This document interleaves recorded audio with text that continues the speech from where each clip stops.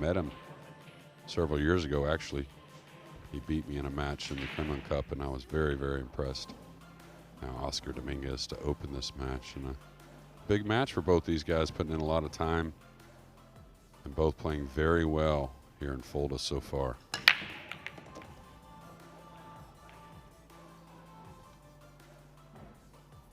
I don't know if that cue ball opened up for a shot on the 2 or not. Pretty solid opening break, though. The 1 in the side, been a common theme this week. And has anyone got the results that Kazakis got last match off the break shot? We suspected as the week went on we'd see better and better breaking performances, and I think that's what's turned out to happen. It's been such a talking point all week, but it was always going to be when you make such a fundamental change to the rules as that for a big tournament. It's inevitable. You're going to be talking about it for the whole week. Oscar Dominguez is from California. He's 37 years of age. He's having a little bit of a renaissance this year. Yeah, and that's just a matter of Oscar, you know, rededicating himself to professional pool. And he's a busy guy, owns a big room in Sacramento, very active room in the pool community. Brings a lot of great players there and does a lot for the pool world. Little quick there on the transition. Sometimes when there's a little doubt, like getting by a ball, you can lose your timing a little bit. And we'll see there an overcut it looked like. Oh no, undercut actually. So maybe deflected the ball a little much with that low right English. Tyler Styer's already had a couple of matches on the main table this week, including against Lucius Yap, to get through to this stage in losers qualification yesterday. He was in a strong position, almost threw it away, but got over the line in the end, and that's why he's back here today. Yeah, well, that's why you build those leads. You're not trying to make a mistake, but it will happen occasionally, and that lead will help to overcome some of those. And it's right on the border here of going offensive with the cross side bank. I don't think it's that bad, to be honest with you. And the only reason I say that is because the safety is pretty tough. He could cut the 2 up the rail, hit the inside of the 8 with the 2 ball, and bring the cue ball back behind the 3-4, is it? Don't think he'll take on a cross corner bank. That's a bank that is one of the toughest to really predict.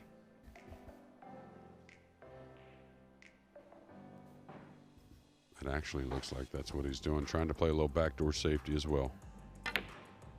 Wow, what a shot.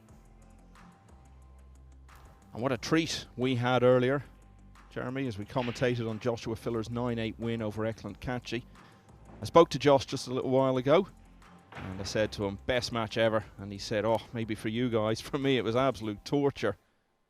But he got over the line in the end and had a wonderful celebration. Just a match that had absolutely everything, and such a great advertisement for the game, which is a bit of a cliche, but the reason I say that is because we saw the full range of skills at different times, starting off with a really tactical rack, and then some great potting, some great run-outs, and all sorts of drama towards the finish. Really couldn't ask for anything more.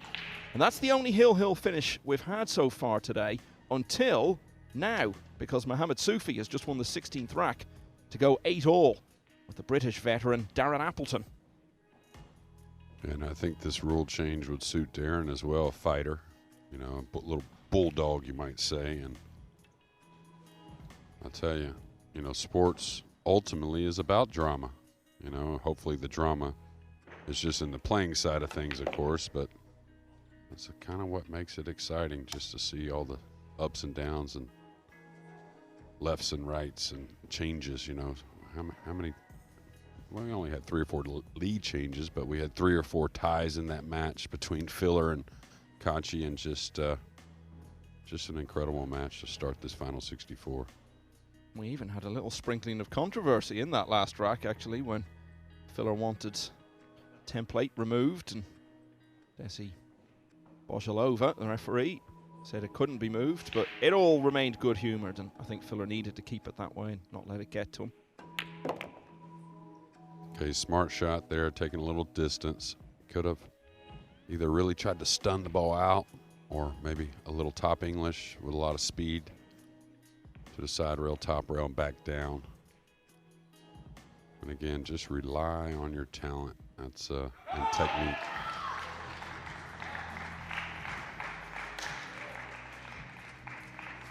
Well, I've heard a big cheer go up, and I've seen Darren Appleton walking back to his chair, not looking particularly happy. So that would suggest, we will confirm it, but it would suggest that Mohamed Soufi has beaten him. Don't exactly need to be Colombo to add together those clues, but we will just get that result confirmed in a moment. Colombo. Did you watch much of Colombo? I did. My father was in love with the show. So. Yeah. Detective show, I think was how you'd describe that. Yeah. Used to be a staple of daytime TV in the UK and Ireland back in the 1990s. I keep forgetting I'm probably a good 10 years older than you, Michael. Colombo's one of those things that crosses all generations. That's right. I don't know if I asked my kids, they'd be like, what? Forget it wasn't long ago. I can't remember which subject I couldn't believe they'd never heard of. Well, it's funny when we come to these events, I really feel it, because all the people working for Matchroom feel like they're just out of school. They're so young, and I make cultural references to them, and they just look at me. What's that? What are you talking about? Oh, big miss there. And I don't really think he was trying to come across with the cue ball on that shot. Maybe. But the jaws of these diamond tables rearing their head there. Just as we wait for Dominguez to try to take this opening rack, I can confirm Mohamed Soufi did indeed complete that turnaround to beat Darren Appleton 9-8.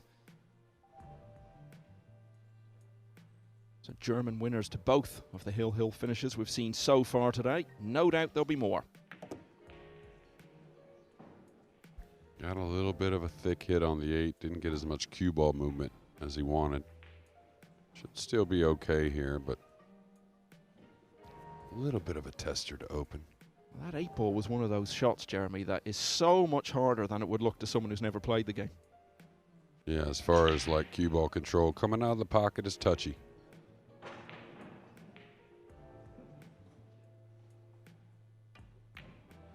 Steyer's going to regret that. He had a great chance to lay down an early marker.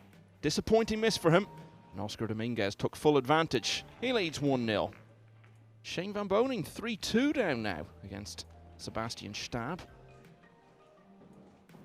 Yeah, and Shane, I know he went to the pool room to practice his break for many hours yesterday. Really struggled to really not only get shots, but mainly make balls on the break. Had quite a few dry breaks in what was still a pretty easy win, but something that's going to stand out in his mind. Doesn't want that to continue.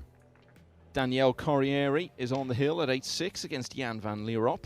Jason Shaw going well, 4-1 up now against Petri Mäkinen. And Francisco Sanchez Ruiz, who remember is locked in that battle with Joshua Filler this week to claim the first automatic spot on the European Mosconi Cup team, leads Moritz Loerijns of Belgium 6-3.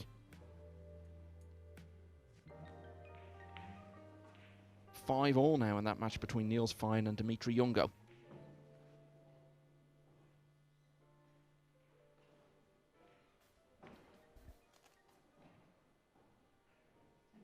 Oscar with a pretty solid break in the first. All right, watch out, cue ball. That's going to hurt after your opponent makes a mistake. Nothing easier to leave that behind and shake it off than getting ball in hand quickly.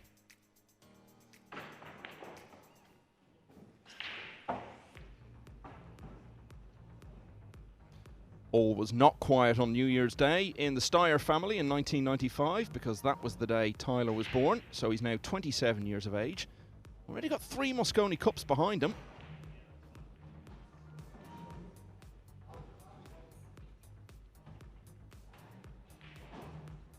I wonder if he's looking at playing the 1 off the 5 to open the pocket on the 2. I don't really see that necessary. The 2-5 combination, very easy. And the other thing is, where are you moving the 5 to? Because if you look at the rack, the 6 down table, the 5 to the 6 is really the shot. So if you play the 2-5, the 4 to the 6 looks pretty routine. Not sure if I would do this here. I think I would play the 1 by the 4 and just get up on that combination.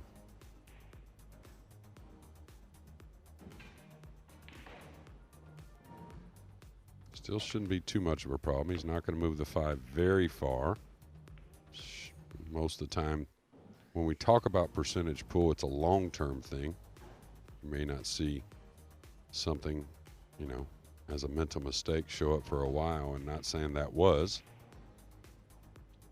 He's still in good shape. I may draw past the 7 here if I'm comfortable doing so with the stretch. The only reason being you would like to play from a little underneath the 5 to get easily up on the 6.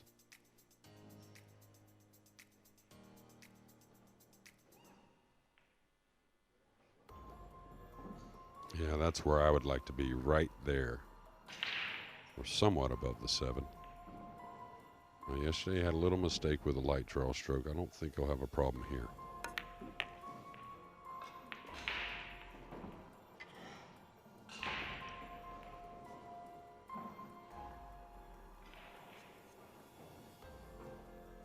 I mentioned he's had 3 Mosconi Cups, including the last one in London last December. And I think he sort of summed up America's week, didn't he? Because he started pretty well. He was getting good results early on and then faded as the tournament went on. And that really typified the whole American experience at Alexandra Palace. Yeah, I mean, there were a couple matches there on day 2.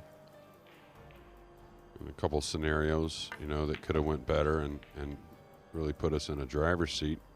Thought we did a lot of what we needed to do the first couple days, and I thought our lineups really were in a good position to, you know, win that cup. And on paper, of course, we were underdogs, and no problem with that. But, you know, day 3 just kind of lost a couple hill matches, blew a few leads, you know, just the way things go in 9-ball pool. Well, on the opening night of the last Mosconi, Styer teamed up with Chris Reinhold and they beat Ocean and Catchy, and that put you guys 2-0 up. And then the following night, as USA built a halfway lead, part of that was Styer beating Joshua Filler in singles. Then, as I say, things started to turn the way of the Europeans, and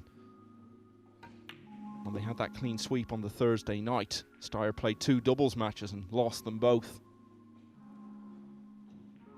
But overall, it was a decent enough contribution from him, and I think in the Mosconi we've actually seen the best of him. Maybe those shorter matches perhaps suit him a bit better, and he needs to learn how to produce it more in the longer matches we see in events like this. Yeah, possibly. And talk about his break a lot of times, right?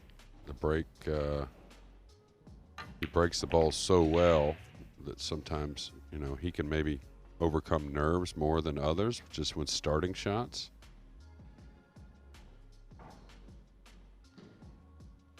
You know, a little lull in his career I don't think was such a bad thing. I really think he's in a good spot.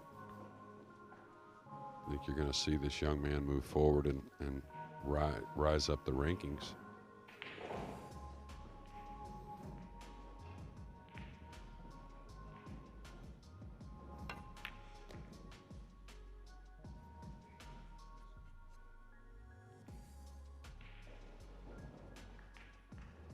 Now a very routine 9-ball to tie the score at 1 apiece.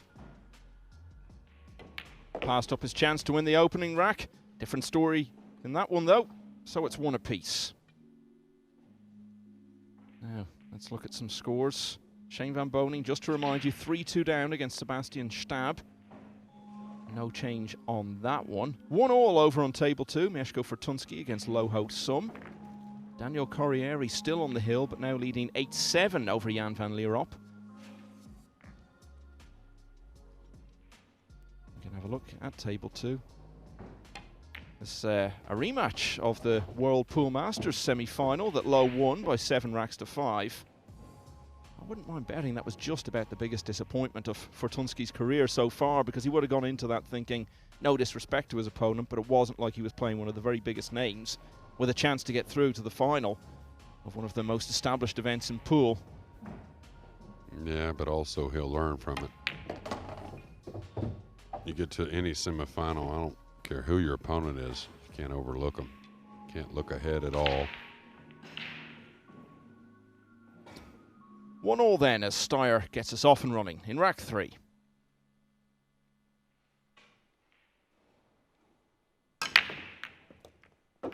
had a very consistent break.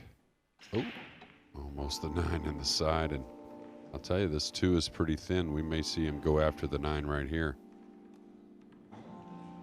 It's our first look at his break in this match. Yeah, if he feels good enough to come off the 2 and subtly put the 2 on the middle of the end rail, nothing wrong with going after the 9. Now, if he feels good about cutting the 2 in, he can maybe get to the back of the 3 and play the 9 ball. Looks to me he's going at the 9. Oh, wow. Caught both jaws. What he did there, putting emphasis on the 9, he just didn't want to, like, go halfway on the safety, halfway on the offense. He went ahead, gave up position on the 2 to focus on the 9, and there's really nothing wrong with that. Just happened to hit both jaws. These side pockets are unforgiving, aren't they? Catching both jaws and still not dropping. Yeah, the sides are tough, and that's been a pretty common theme with most of the tables that are used on the professional ranks. Now, it looks like a subtle slow roll here. The key to this is still have a little acceleration.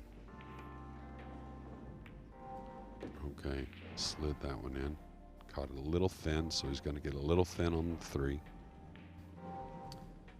Moritz Lowerines has pulled one back against Francisco Sanchez Ruiz, so it's now only 6-4. Remember, if FSR was to lose that match, that would end his hopes of claiming the first automatic spot on the European Mosconi Cup team, which would then go to Joshua Filler. Now, he'd still be in a very good position to clinch it at some point. Another 2 places will be decided after the US Open before the 2 captains' picks are named. So an extra context to that match on table 23. Yeah, and it's so unique, this new break rule format, whichever way you want to label it. How much there is to it. Like, I'm watching Fortunsky, he's playing a little less cut on the 1, but when you do that, you have a better chance to lose the cue ball. You know, you occasionally make the wing ball a little more often, and you would think that's a good thing, and of course it is, but it's just all kinds of little variables involved. Little top English 2 rails to the center of the table.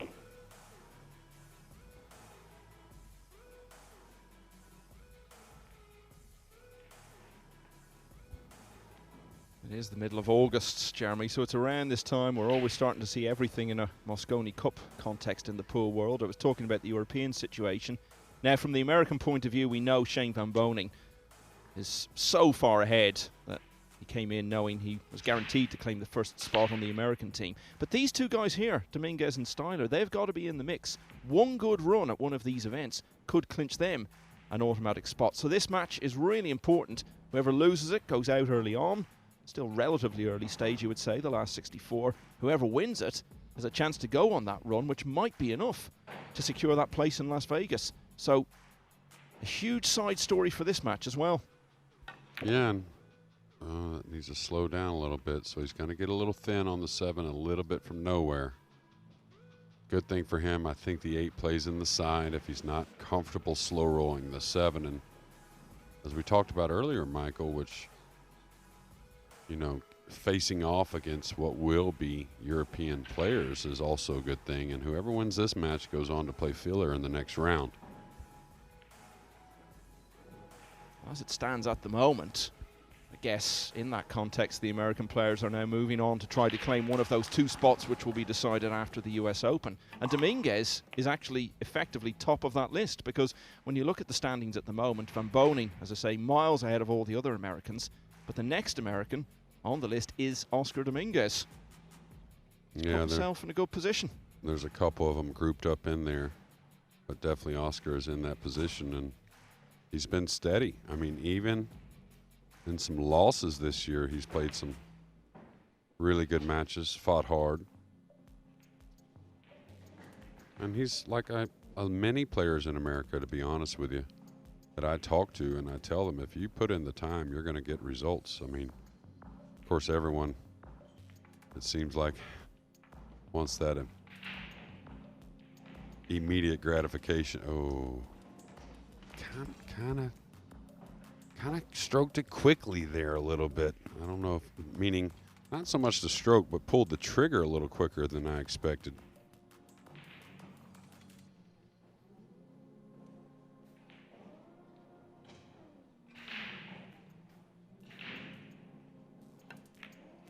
So Tyler Styer did attempt to pot the 9 very early in this third rack. He was unsuccessful. It looked as though he was going to lose it. But now he finally has potted the 9 right at the end of the rack. And he leads for the first time in the match at 2-1. Shane Van Bonen has also turned it round early on in his match against Sebastian Stab. He's won 2 racks in a row now to lead 4-3. That's at least 2 racks in a row, actually. I do know Stab was leading 3-2. Mieszko Fortunski on table 2 is 2-1 up against Loho Sum. Jason Shaw did get off to a flying start against Petri Makinen. He's still in front, but it's now only 5-3. John Mora 3-0 up on Eunice Saska. Konrad Yazushin has won the first 2 racks of the all-Polish clash with Bart Chapla. And Niels Fayen, perhaps he's pulling away now. He's gone 7-5 in front against Dimitri Yungo. You can see a lot of those scores going through there now. Dennis Graber leading 3-2 against Christos Papageorgiou.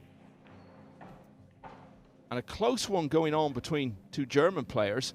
Valerie Kuloyans leads Moritz Neuhausen only 7-6 as we come towards the end of this last 64 round.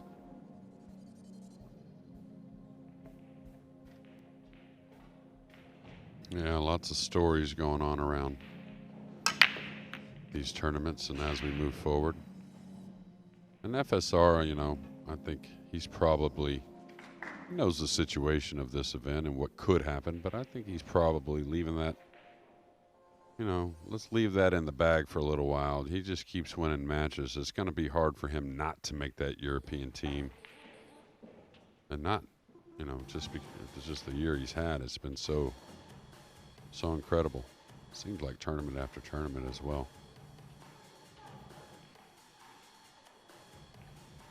Yeah, and it's not an all or nothing situation. It's not like if he doesn't get in the team this week, then he's going to struggle to get in eventually. He'll still be in a strong position, whatever happens here.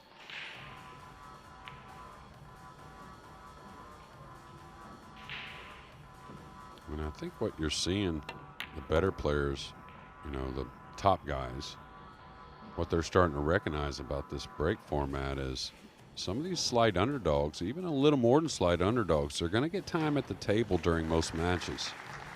So as that happens, their confidence is going to grow. They're going to settle in. They're going to recognize I'm going to get chances. And they're going to be harder to beat. I think the gap really, at first glance is kind of tightened a little bit. I think in time, that gap may stretch out again, but seems to me Tyler, after a couple little mistakes, settled in pretty well. Sebastian Stab is still putting it up to the world champion. He's leveled with Shane Van Bonen at 4-all.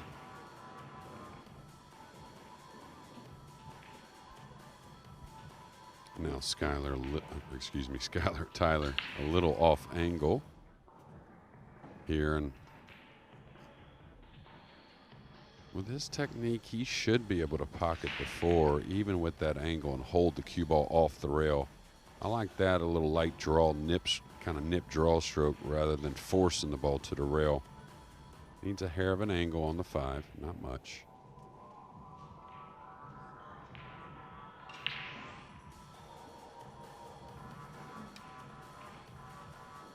And I was watching the last match and listening to Carl and Phil, and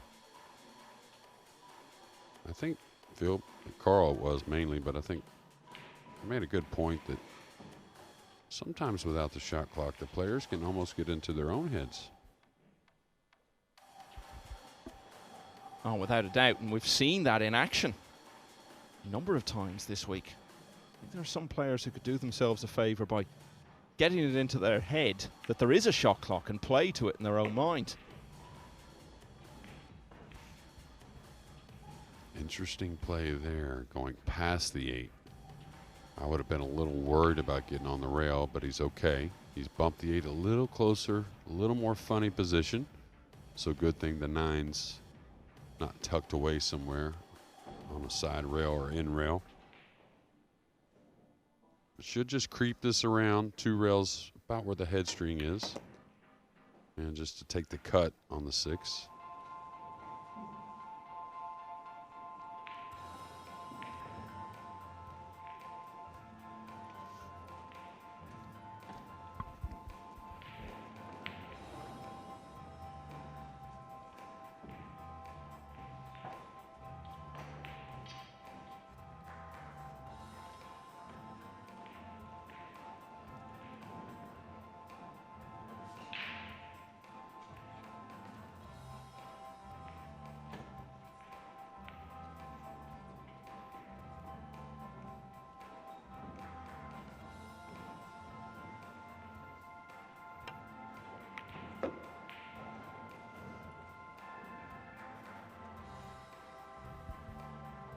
Tyler simplifying the shot there. Not really put much side spin, if any, on the ball. And now he's just kind of smooth this around. I wouldn't go with draw here. This is the time you want to creep this into a straight in-ish position on the 8 with a little top right English.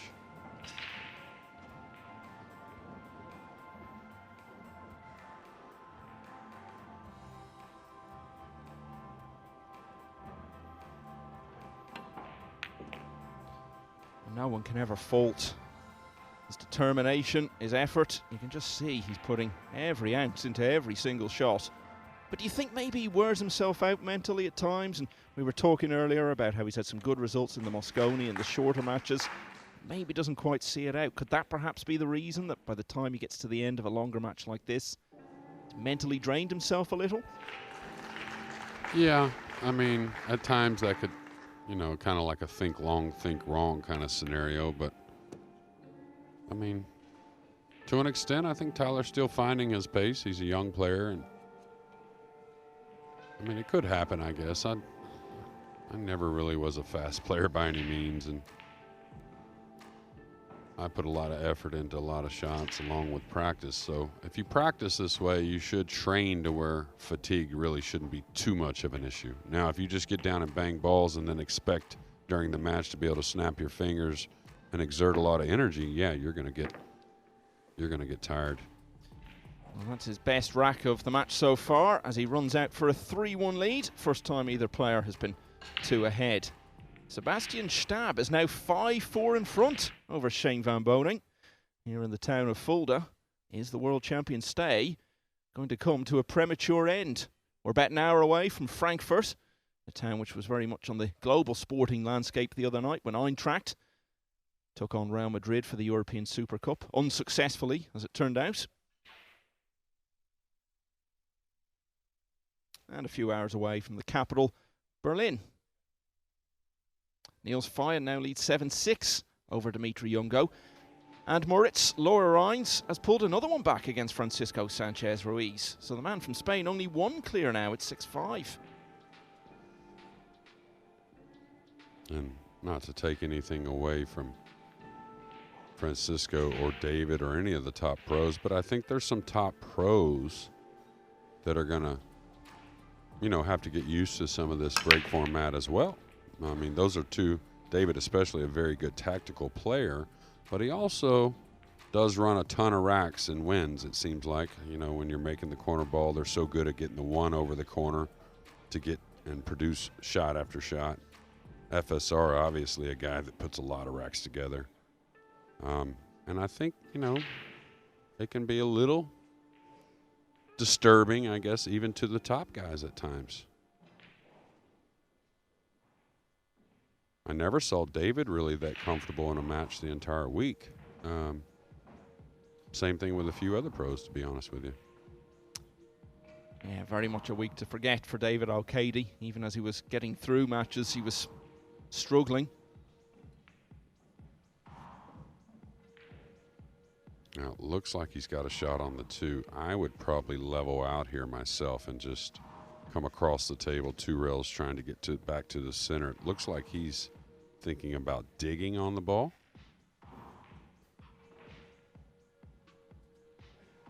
Okay, so speed control is important. May actually get a bump on the 3 if he's doing what I think he's doing.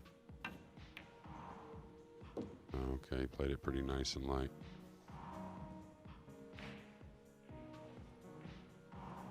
And that's part of that technique we always talk about with Tyler.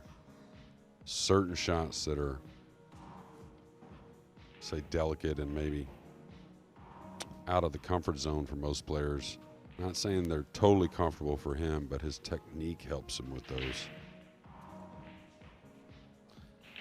This is the first time this year that Tyler Styer has made it to the single elimination stage of one of these big field Matchroom events.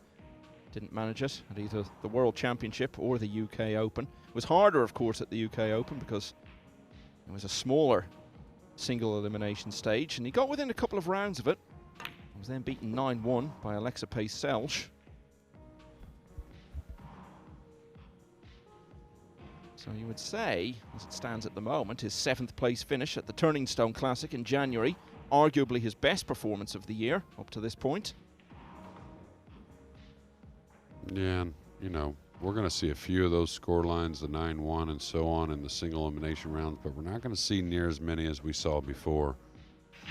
Players just aren't going to be able to dominate overall once they get a shot and a chance to break the balls. Starting to feel a lot better, it looks like, Tyler, though, and Lohos, I'm just struggling a bit. Yeah, that's over on the other table. He's just left Mieszko Fortuński a chance to go 4-1 up. You know, as the American captain, I really don't pay much attention to what's going on with the European points as far as their ranking. Some things are obvious to me, and it doesn't take paying attention to really recognize it, but I wonder where Mieszko is on those points, and I think he's a guy that would, especially what I've seen the last year, a guy that's ready for that atmosphere. Yeah, we'll have a look at that actually between racks. A little straight, so don't try to cheat it too much. Again, the 7, you want to get a shot, but the 8's pretty easy. So you don't want to make a big mistake on something that's fairly routine. Now again, this is preference. You know, if you want to make more of a roll your ball stroke, and that doesn't mean just really light, but to come across, if you want to kind of kill the ball with a little low. I like the roll your ball stroke myself on a shot like this. And again, you're not going to baby it, but you're not really putting any bottom English, yeah, just like that.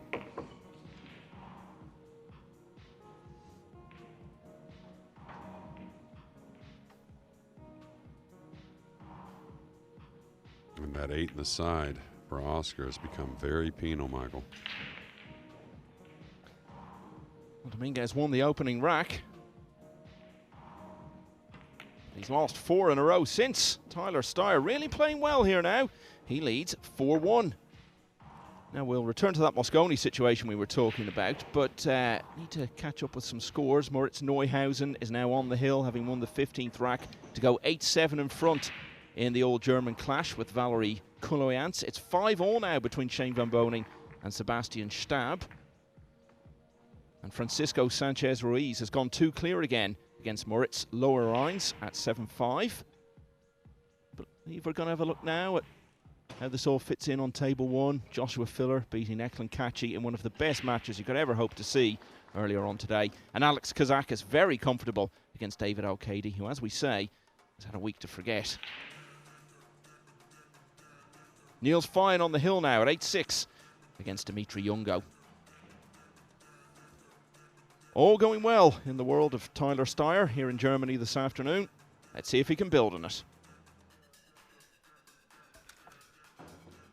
Yeah, he's one of those players that usually does figure out the break. What I've seen so far, very effortless making the 1 on the side. A lot, you know, can't really determine the outcome of everything else all the time, and looks and appears maybe he has a piece of the 2. We'll see. I don't think he has a pocketable 2 ball, at least not directly. maybe some type of safety coming across the top of the 2 ball going up near the 6 with the cue ball. We'll see. You can get at it. You can see a 2-9 looming, but I think maybe the pink 4 has him just a bit. Would you pull out the jump cue here, attacking on this 2-9? I wouldn't say it's the most terrible play, especially if you don't really have much of the 2 at all. I think that's maybe where he's going.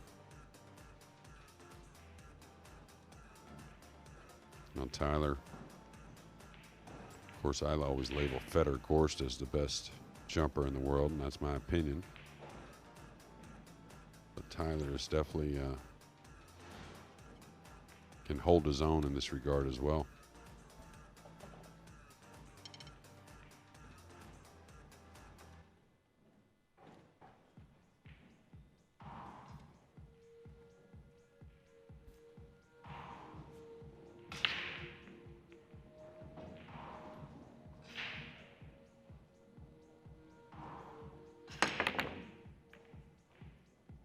Tell you, didn't miss it by much. And now Oscar with the chance to get back in this match.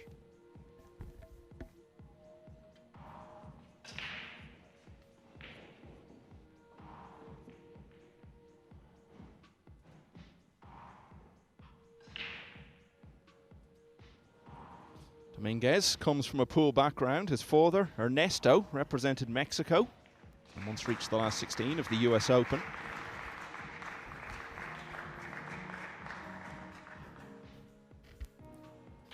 Funny little shot here. I don't know if he's really going to try and work the ball much or not. Oh, he is. Okay. Nice shot. Good control.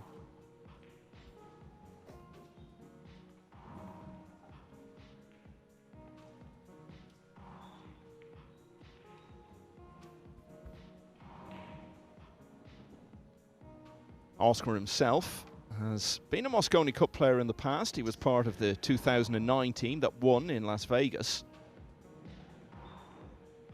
His only appearance since then was 5 years ago in the same city, although that time the Americans were heavily beaten.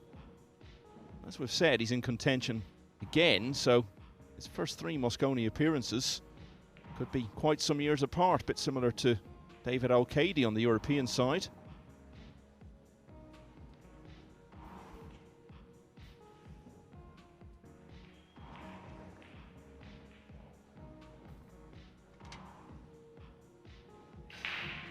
Going for the extension.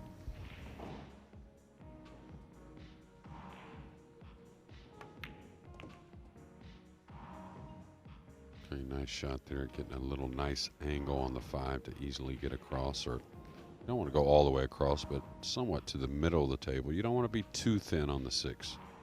The 9 wasn't there, that's a little different. But most likely you just want to pull one rail out off the 6 to the center of the table for the 7.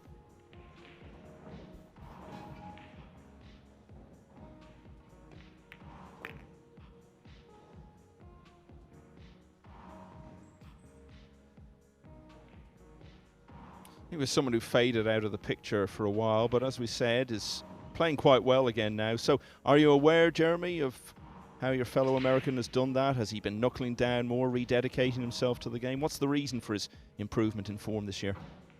Well, he, like I said, he's a pool room owner. He made a business decision a few years ago to buy a kind of a famous pool room in the north part of California, Sacramento. And, you know, a family man, and now that he got that straight, and I think what he's seen with so many great tournaments, I think that's been a part of getting him back interested. Of course, the Mosconi Cup is a part of it. But Oscar's still a guy that, if he gets the time, I mean, he's just in his 30s. So, I mean, he's got plenty of game and plenty of time still to put a lot together. Of course, practicing and getting to play these events, that's where it's at. Getting in the grease. Ended up a little short there, and I would think he just kind of slow rolls this with a little bit of left English. Little drag shot. Drag shot is where the ball starts with bottom spin, but then turns over into a rolling position. It's the easiest way to kill the cue ball usually, or the most effective, let's say that. Well, he needed this. He'd lost 4 in a row. Styer was starting to build up a bit of momentum. Crucial rack for Dominguez to take, and take it he has, closing the deficit to 4-2. Shane Van Boning back in front at 6-5 against Sebastian Stab. Stab, not someone you might know a huge amount about. 37 years of age. He's played quite a bit on the Euro Tour over the years. Done okay without doing much spectacular. Not been playing a lot in recent times. But he's certainly giving the world champion a real contest today. The former world champion Albin Ocean, as you can see there, coasting through against Badr Al-Awadi, 9-1 earlier. Bit of an upset, perhaps, to see Oliver Sholnocki going out at such an early stage against Khaled Al-Ghamdi, although the young man from Saudi Arabia had really enhanced his reputation already this week. He came through 9-7, a real slog, that one. And Mieszko Fortunski is 4-1 up on Lo Ho Sum over on table 2 at the moment.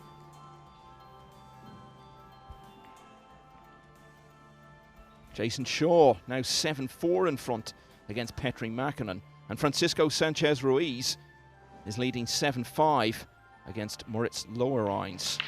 And a potential whitewash on table 17 because Canadian John Mora leads Jonas Saska of Estonia 7-0.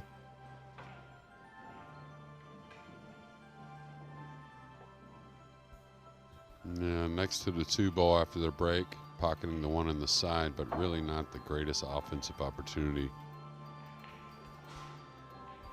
for Oscar here to attack. He could go for a cross-side bank, but it's quite a bit of cut. Got to figure the safety's coming, and kind of feel like Lo Ho Sum's starting to settle in a little bit. He's made a few nice shots in a row. May have weathered the storm without it getting away from him too much. Yeah, needs to start getting back into that one soon. He's at the table with a chance to close to 4-2. Remember, all the table 2 action available on the Matchroom Pool YouTube channel. You can watch table 1 on the Matchroom Pool Facebook page, and it's all on Matchroom.Live.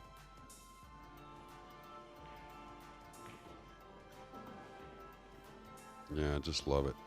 Just the feeling I'm getting from these matches, and when I look at these players, the effort they're putting in, each shot, they know how critical they are. It's hard to win games. Like tough layouts, racks aren't going to be easy.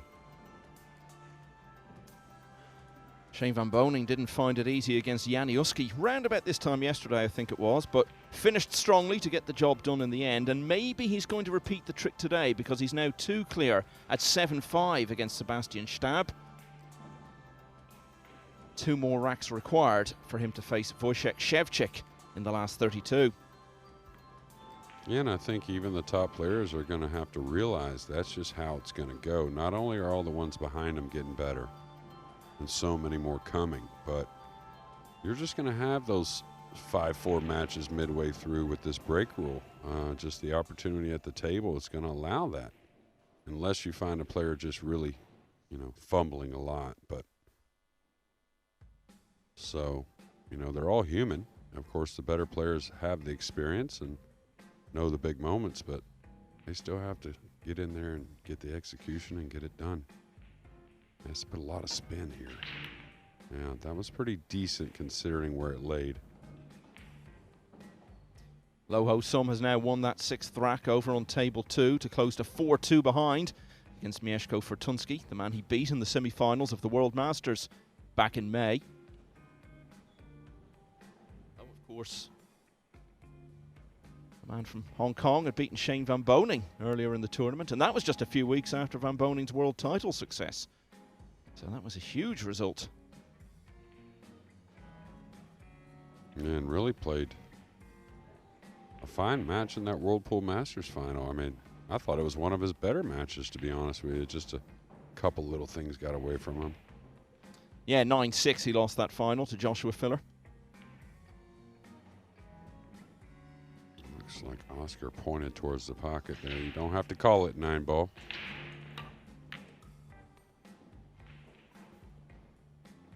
This is going to set up maybe for a jump shot.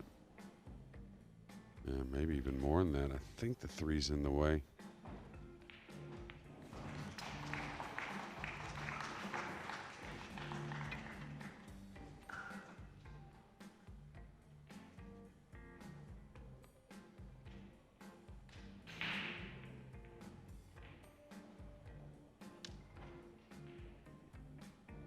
He'd be someone who could generate a good bit of publicity for the game if he did break through to become one of the very best players. Tyler Styer. He's very young still. Got a bit of a pop star look about him, maybe. Oscar Dominguez is more your kind of jazz band sax player, perhaps. Well, I'm glad you're getting to label those. But pretty accurate, I would say.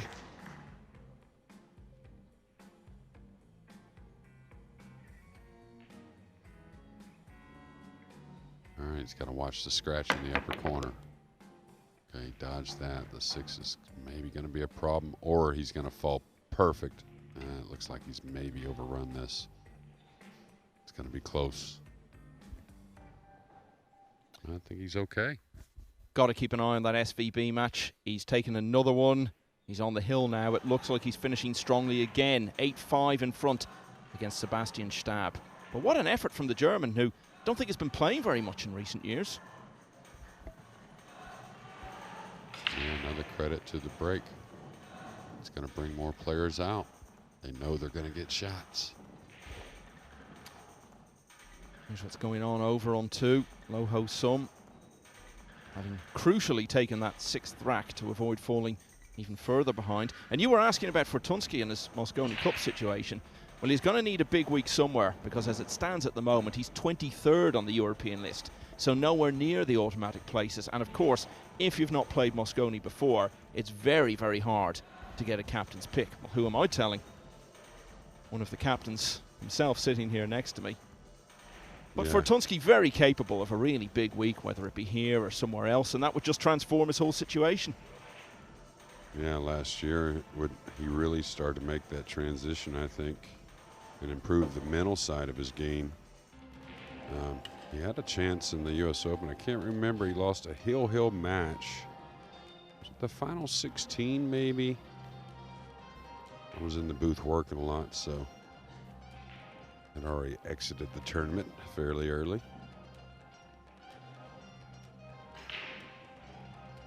Now, is he looking at the bank shot here? I thought the 4 would play in the lower left.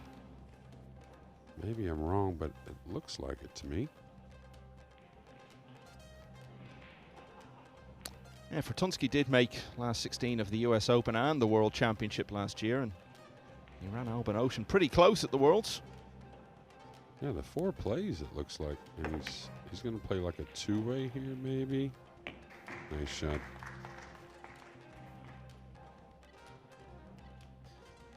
Because he's not the fastest and maybe most natural of players, sometimes you don't realize he's playing well, but when you actually look back over the match so far with Styer, it all adds up to a very competent performance so far.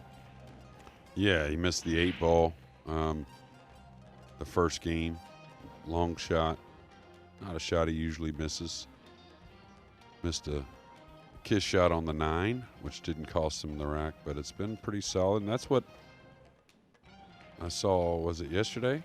Yes, it was yesterday in his qualification match against Aloysius Yap. Of course, he had a few things go wrong after getting such a big lead, but overall, he's been very solid.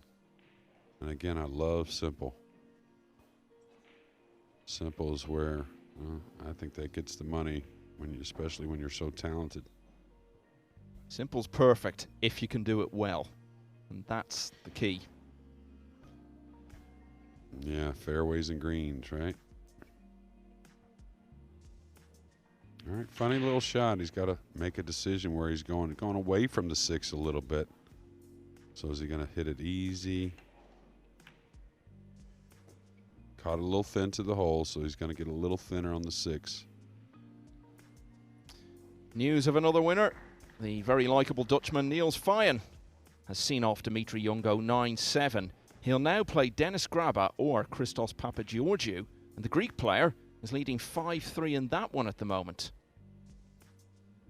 And Francisco Sanchez Ruiz has got a real battle going on now because Moritz Lowerines of Belgium has pulled him all the way back to 7-all. So that could be a really big story developing there.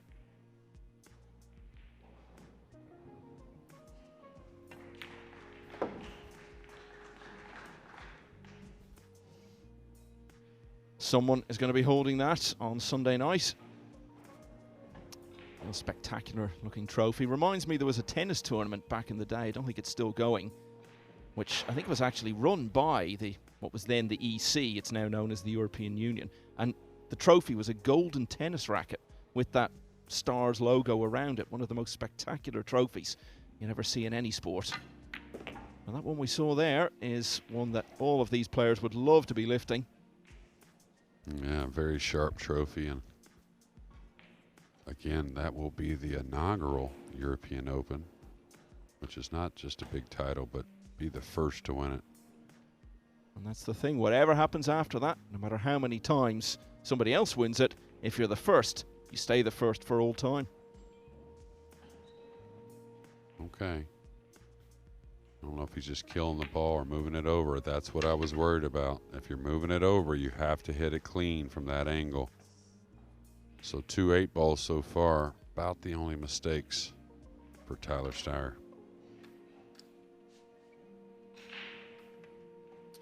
Big moment that, you know, because he had a chance to reassert himself. Dominguez had stopped him in his tracks after Styer had won 4 in a row. And that was a chance for Styer to go 3 clear again. And although you'd still fancy Dominguez for this one, it's not as easy as he would have fancied, JJ. No, and 3 times he's really let up on the stroke for position. Actually once for a safety, but twice for position, and that's missed as well. Ooh, it slid in. Yeah, I was with you. I thought he'd missed it too. Big moments then. Styer misses the 8. Dominguez almost misses the 9. But it's Dominguez who wins it in the end. And having trailed 4-1, he's now back to only 1 adrift. It's 4-3. Shane Van Boning still playing out on table 15. 8-5 up on Sebastian Stab.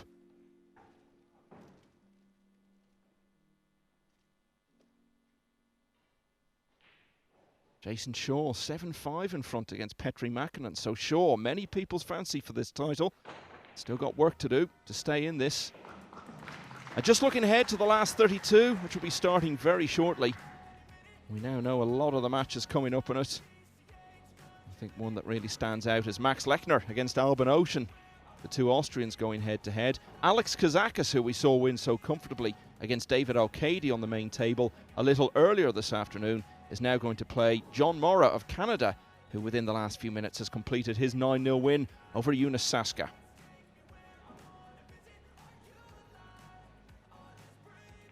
We'll have a look at some of the matches in this round, including completed ones and ones which are still going on. You see that close finish there that FSR is embroiled in at 7-all. Konrad Yasushin leading 6-4 in the all-Polish affair with Bart Chapla. Dennis Grabo would love a shot at Niels Fyan, but he's going to have to turn it round a bit. Christos Papageorgiou with his nose just in front there at 5-4. Mieszko Fortunski, I can tell you, has responded to Low Ho Sum taking the 6th rack by winning the 7th himself. So he's 3 clear once again over on table 2 at 5 racks to 2. I think we're going to have a quick look at that actually, as we're just waiting for the next rack to get underway on the main table. Yeah, and Dennis Graber, you know, has kind of trailed in a lot of matches in this tournament. And when that happens and you keep squeaking them out, you may turn the corner at the right time. Still looking for his biggest win of his career. He has a few Euro titles. Jason Shaw, who's won plenty of titles himself over the years at various levels, has just gone to the hill at 8-5 against Petri Mäkinen.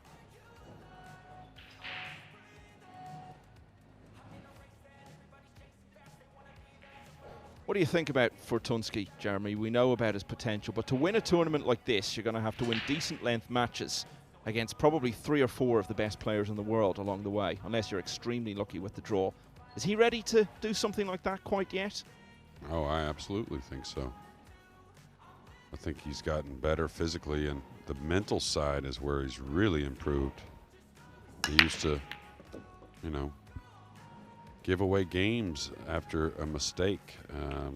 Couldn't leave it behind for a few minutes here and there. And if you just saw the 2-ball he knocked in, you know, I think, and something about them lefties, when it comes to just purely knocking a ball in, he's up there with the best of them, really. I mean, maybe Filler's ahead of everyone else just a touch. I don't think it's light years like everyone may think, but I think Fortunski's right there. FSR, it seems like at the big moments, comes with the big shots. Of course, Jason Shaw, Eagle Eye, that you can't get that name without that ability, and I think Fortunski's right there with him.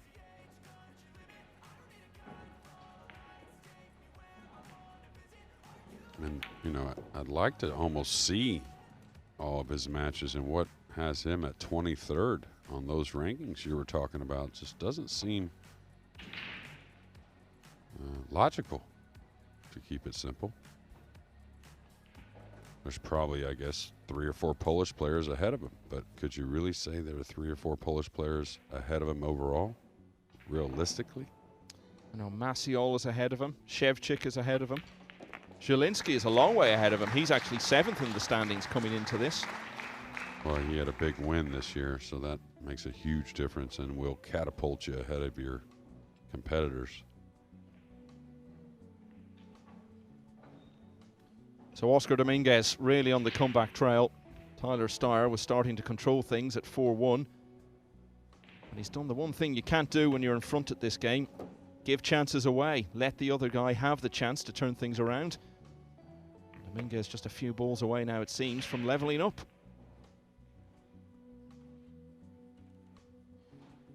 Yeah, and he should get out here and tire score. And not sure what he's looking at now. Looks like he could roll between the 7-9 and down to the bottom rail, and looks like he's going to draw back out to the center. It's been a little let up at times, not getting as much on the cue ball as desired. It's close to the 7, shouldn't be a problem, but anytime you have to hit it light with some side spin, things can go wrong.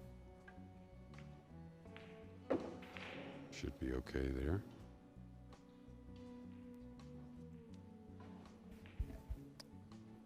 It's been one-way traffic since Styer missed that 8.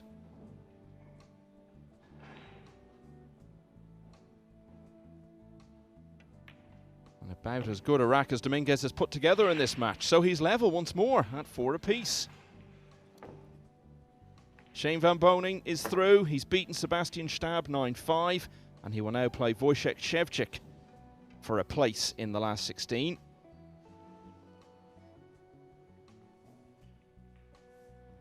Jason Shaw is through as well.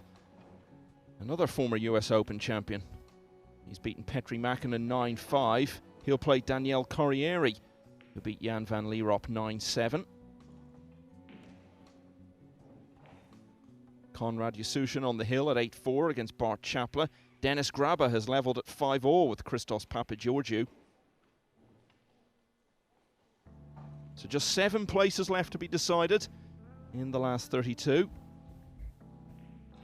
Bizarre Spahiu closing in on claiming one of them.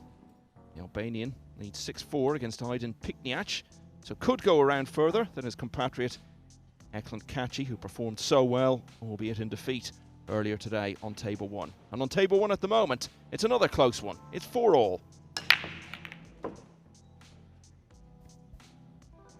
Well, he's going to like this break, I think anyways.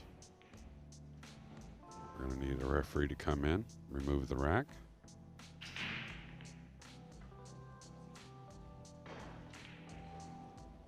And just to wrap up that Van Boning situation and the match he's going to be playing against Wojciech Szewczyk, that's actually going to be next on this table.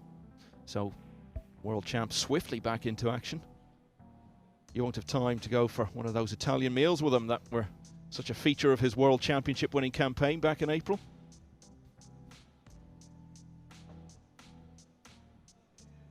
Yeah, I think Shane would like to get on with it, to be honest with you. Now Fortunski has gotten that lead back to 4 games. He made one incredible out in the last game.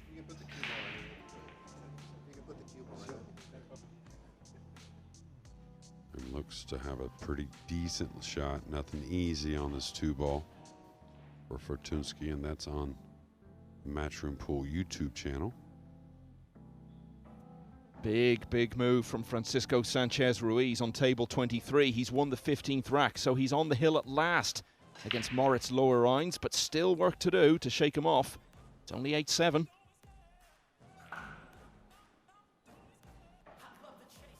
I'll tell you, if I was at home, I would have both these matches going, both these channels.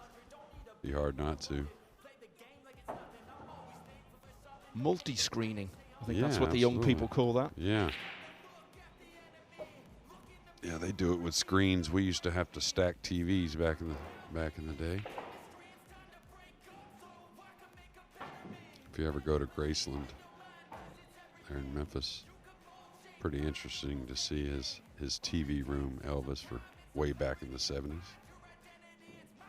You been there? Oh yeah, like 4 times. I love it. I mean, it's just so interesting to me.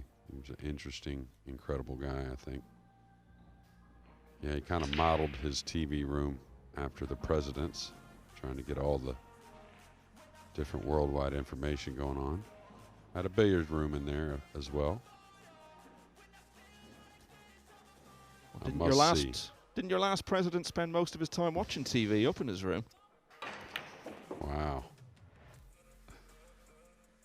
I'm going to leave that one alone. I remember being in a bar in New York around about this time, actually, 8 years ago, and there was a sign up, "No politics to be discussed here." So maybe we should apply that rule in the commentary booth as well. Yeah, I'll be the first to sign that petition. Can't do nothing but get me in trouble, Michael. No win situation. I think the only Trump we should be talking about in here is Judd, who of course played in the US Open last year. And I know he's keen to play some more tournaments, by the way. It's just all to do with the scheduling, really. Last time I spoke to him about it, he was talking about getting a pool table in his house and really working on his game. Well, I think any of the... Ooh, that one caught a little thick. Any of the... you know, if you're a great Q Sports player of any sort, there's so much... You know, there's similarities, of course, in ways at times, but there's... The knowledge side of the different games, I think, really fascinates the great players from one sport to the next, and they all have value. Well, Tyler Styer must be kicking himself still over that 8-ball that he missed a couple of racks ago. He's paid a heavy price for it. Oscar Dominguez has only led once in this match, and that was after the opening rack.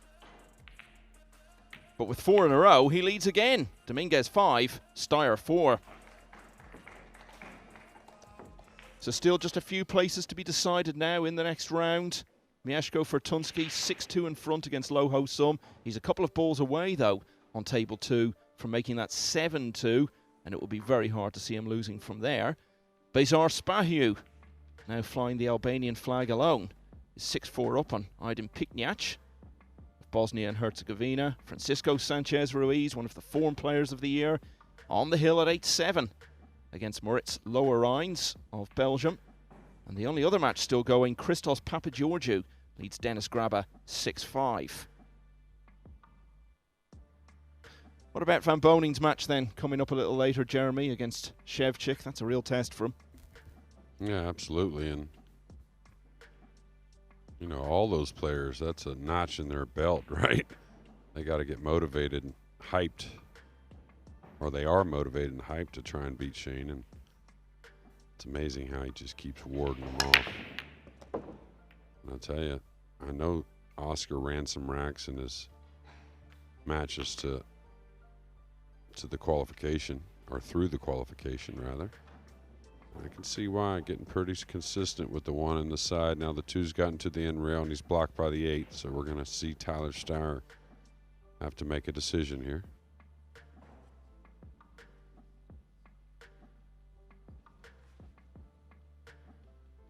Guess he's trying to move the 7 across on top of the 5 here. The only thing he's doing by that, which I guess it doesn't matter too much, probably a pretty good play, is he's making a little bigger wall and maybe taking a ball out of obstruction of Tyler moving this cue ball off the right side of the 2. I don't think Oscar will get this back. And actually, by covering up the 5 a little more, you give a little more freedom in taking on this shot, because even if he leaves him a shot on the 2, it should be long and maybe very difficult to get position on the 5.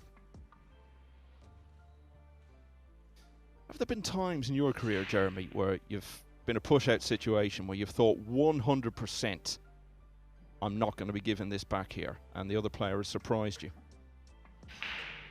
Yeah, absolutely. Yeah, for sure. I mean, to be honest with you have to roll out tough, but you can't roll out to where it's just ignorant and you're going to get it back. Maybe that's the wrong word, ignorant, but yeah, especially because in the era I played in, or, you know, most of the era I played in, we didn't give it back very often. You know, so when you did get it back, it was kind of like a little shocker, I guess.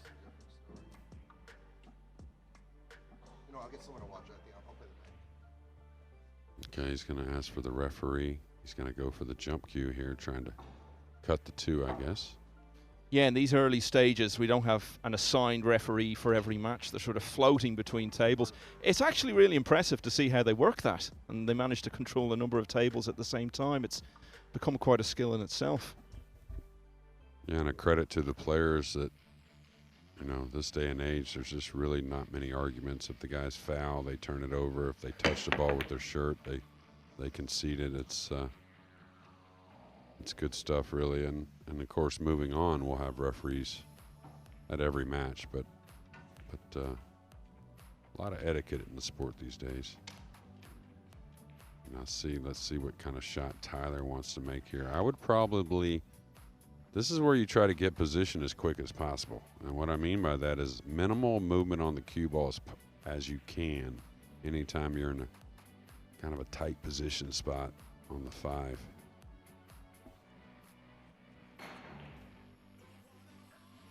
Looks to me he can soft draw this and not have to hit a rail at all and hold position for that gap.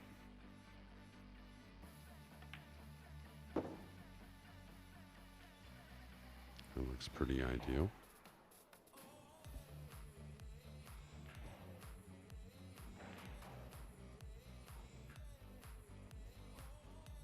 I'm thinking about Fortunski and what you asked me earlier. Maybe, you know, maybe a little tactical side of things he could still improve on, of course. Maybe all of us can. But it's shocking to me that he's 23rd on the rankings. Wow. You got to remember, not everything counts towards the rankings, and yeah, you know, the Whirlpool well. Masters doesn't understand. Yeah, you got to play well in the right weeks. Yeah, and you can play well really on the Euro Tour and not get a cracker back sometimes, right? I mean, that's just how tough it is. Well, that's it. I mean, ultimately, with this system we have now with the rankings, I think they've got it just about spot on with how they're going to calculate them. The biggest events like this count for so much more than some of the smaller events. I mean, you look at Dominguez, the fact that he's in that position now as the second highest American on the points gained so far this year is largely because he's done well in a couple of the smaller events that to a lot of people might not sound like very much, things like the Sandcastle Open, where he finished 3rd. And then you actually look at it and you realize a lot of really good players are playing in these tournaments. It's very hard to do well in them, but it's these tournaments where the biggest points really come in. And I think that's right, because they're the biggest tests. You're out there on the biggest stage playing for huge money. That's when the pressure's at its greatest. Yeah, that's definitely correct overall. But good at the same time, with so many smaller events going on all through the year, that they can still have some impact on your ranking. Well, yeah, and then also just keep the guys playing, right? I mean, and those smaller events will grow. I mean, that's the goal, along with these bigger events growing, actually. Meanwhile, back in the moment, big moments here for Tyler Styer. Yeah, touchy little shot here with the 9 kind of covering the 8 up. Oh, he's hit it thick. And for some reason, after such a solid opening to this match, just kind of lost his way here the last few times at the table. Sorry, Jeremy, I was just going to say a couple of racks ago we were saying even though he'd missed a couple of perhaps unexpected balls, overall it still added up to a very solid performance. But perhaps now he's missing so many that we may have to change its category. It's been a bit more patchy than solid at this stage. Yeah, and quite fortunate that he may get back to the table. He may be snookered doing so, but I think he's really cut Oscar off from being able to put much on this cue ball and gain position on the 8. I don't know if Oscar wants to take a really thin cut on the 8 and the side, just rolling forward off the 7.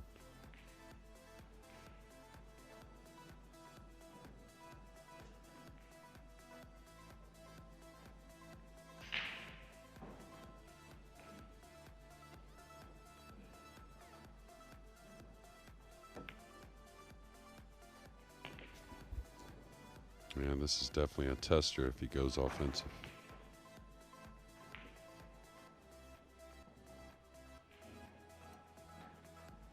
I personally probably shoot at it.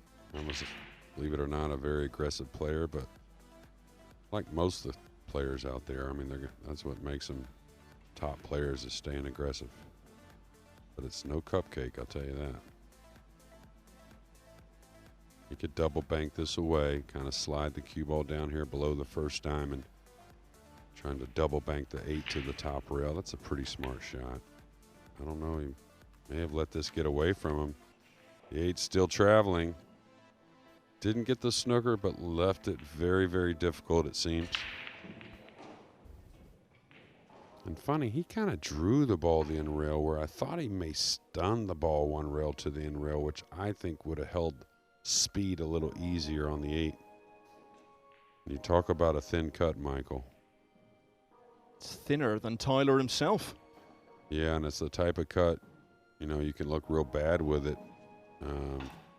and really kind of completely whiff the ball because you have to go in so thin. I think he's supposed to shoot, though.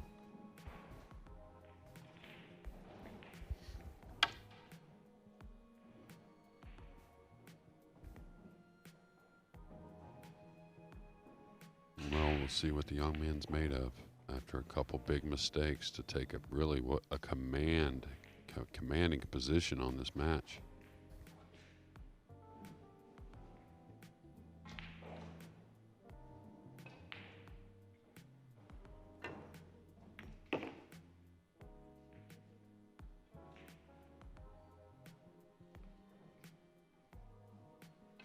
Seemed to pick up a bit of pace coming off that last rail there. Yeah, and I think this has gotten a little funny. Anytime you're on top of it, the ball tends to kick a little more. Just wants to drag with the same direction the cue ball's going. So, got to play it a little to the thin side of the pocket. And maybe a little right spin.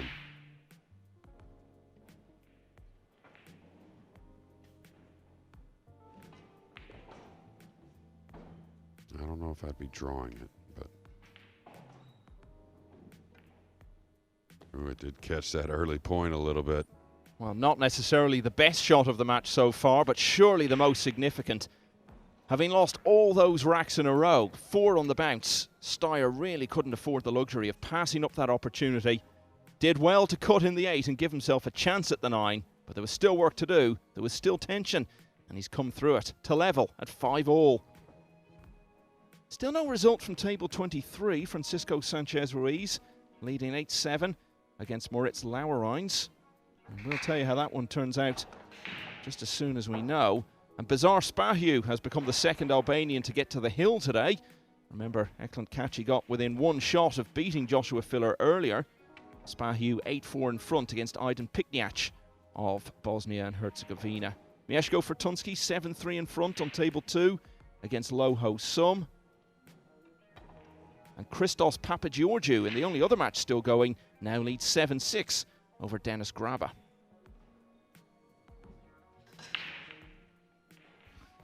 That's one you'd be proud to lift at the end of a big final, Jeremy. Yeah, sure would. I'll tell you, maybe next year play a few more tournaments. You never know. Wow. Remember where you heard it first. Maybe. That's a maybe. I enjoy my work, but I will not lie. Still would rather, well, I say rather, I still would say playing is the most fun, even though sometimes it's can be a little bit of like beating your head on the wall, but especially trying to get back in form. Well, I remember Alex Ferguson, one of the most successful football managers of all time, saying that even though it was much better in terms of success than his playing career, nothing compares to your playing career. And even everything he had as a manager, still he always said his best days were actually playing. There's no substitute for it. Yeah, it's just you can't duplicate that feeling, even if you win titles as a coach or your players that you help win titles. I mean, that's probably the next best, rather than yourself winning titles as a coach, is your players winning titles, right? But or anyone, you know, I coach a lot of amateur players as well that have done well, and that's always very satisfying. But kind of similar to the Mosconi Cup, you know, you can try and duplicate your nerves. I don't know how, but it's just impossible, it seems.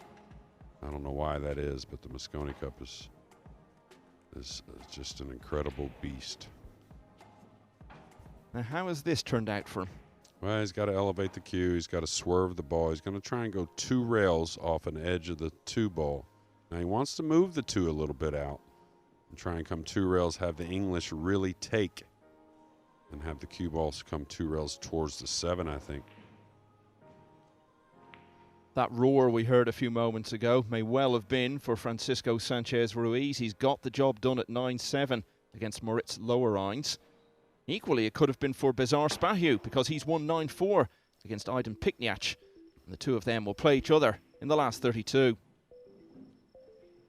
Yeah, I don't know. That looked pretty dicey, that attempt, and not so much the attempt, but the possibility of it working.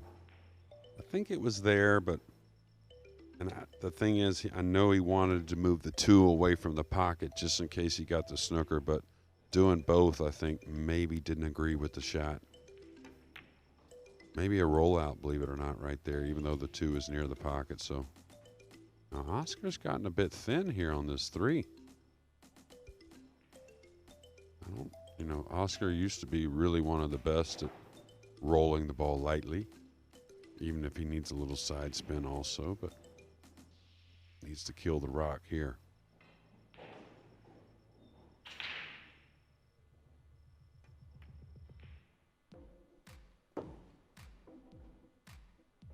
Okay, got a little thin again, but shouldn't be a problem.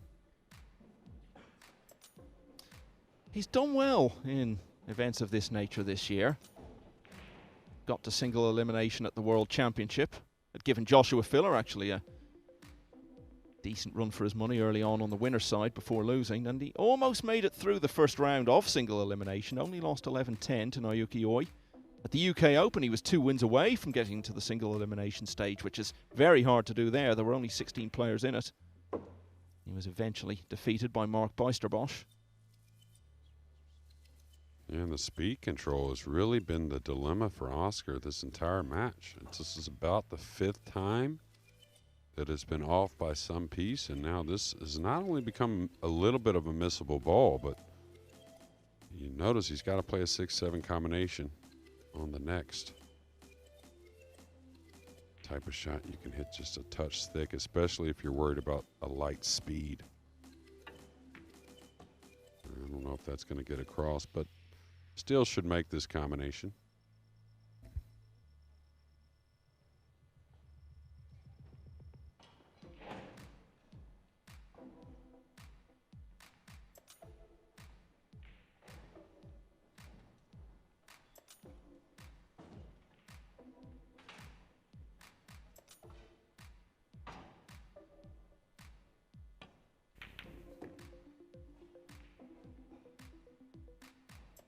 I think a little fortunate for that 7 to drop. You can tell it was pretty straight. Look how far the 6 moved off the 7. So he overcut it quite a bit to the hole. He's Got a pretty easy safety here. If he doesn't have an offensive shot, of course, he can kind of just knock the 6 by the 9, use the 8 as a blocker. If there's any question here, I know you want to stay aggressive, but I think you have to play safe. Like if he only has a portion of the pocket on the 6, this is just too easy of a safety to take the best of it. And I'm not sure why he's rolling the ball. Looks like it lays natural just to stop your ball, let the 6 go the rail and back down to the bottom of the table. Just use the 8 as the blocker.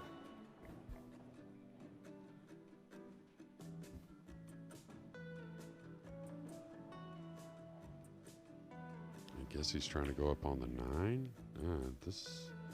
I don't understand that safety at all, and I don't understand why he didn't just draw. Like I said, stop the cue ball behind the 8.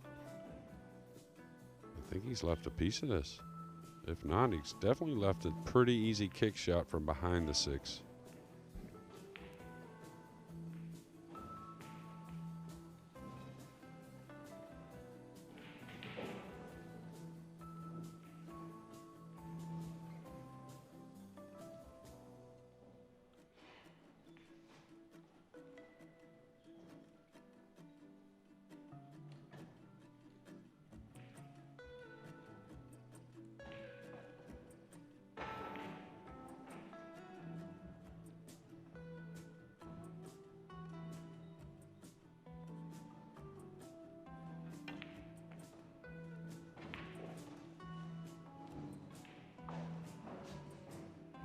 Well, we could try to imagine a way that could have turned out worse, but we'd struggle. Yeah, it just kind of lost his timing a little bit in the swing and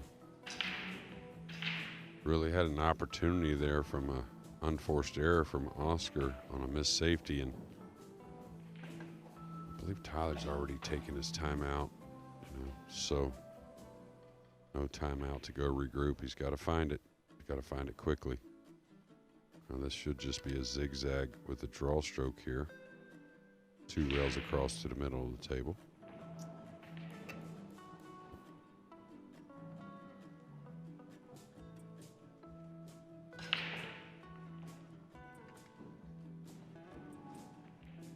Fortunski 2 shots away from getting on the hill at 8-3 against Loho Sum.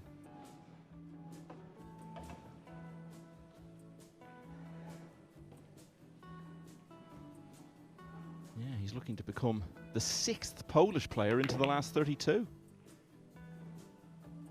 We talked about it for a while, that I really think Poland is, I don't know if I can say by far, but I think by far the strongest overall nation in Europe in professional pool.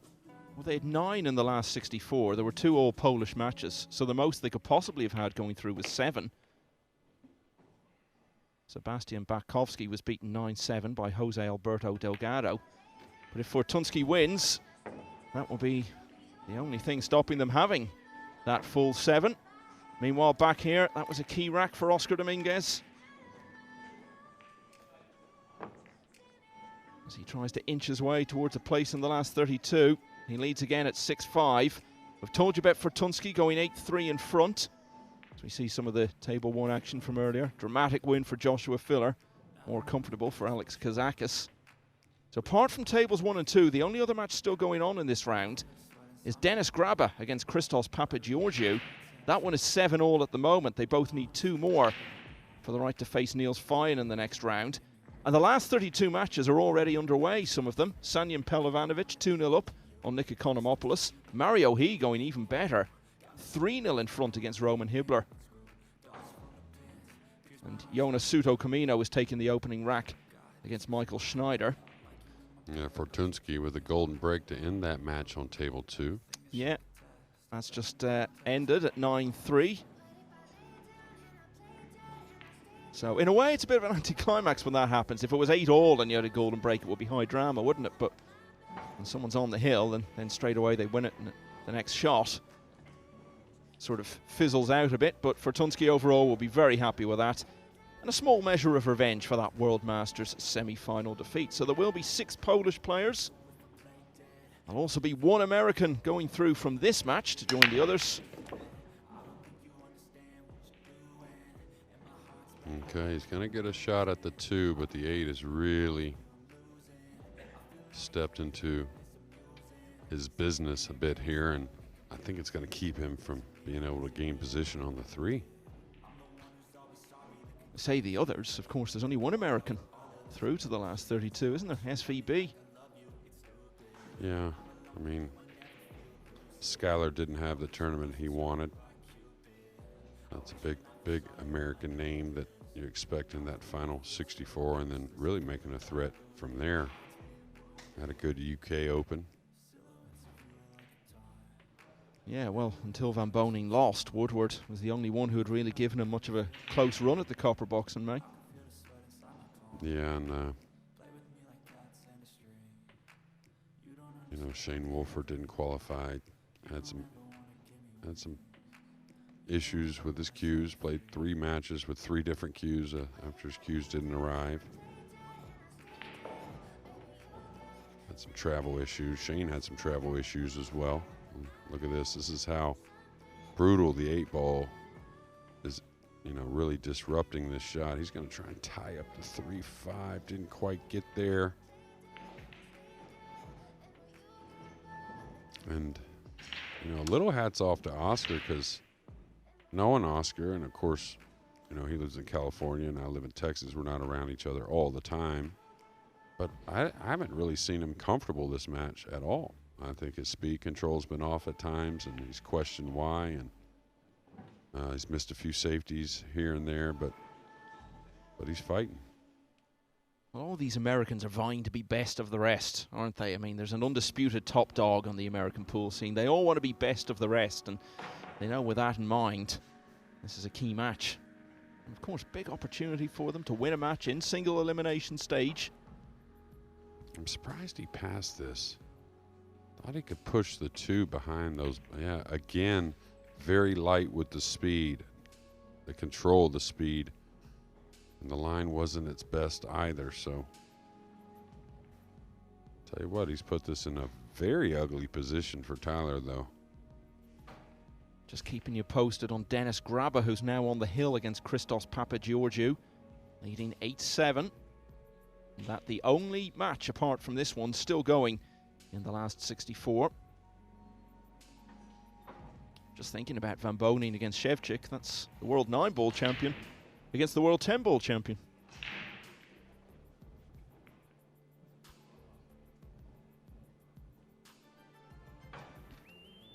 I'm not sure what to do here. Is he going to shoot the 2 into the 6? Try to draw the cue ball to the side rail and up underneath the 3 and the 5, maybe? The only problem is that requires some speed to draw the ball from that distance and that angle. So what is the 6 going to do coming a couple rails into some traffic?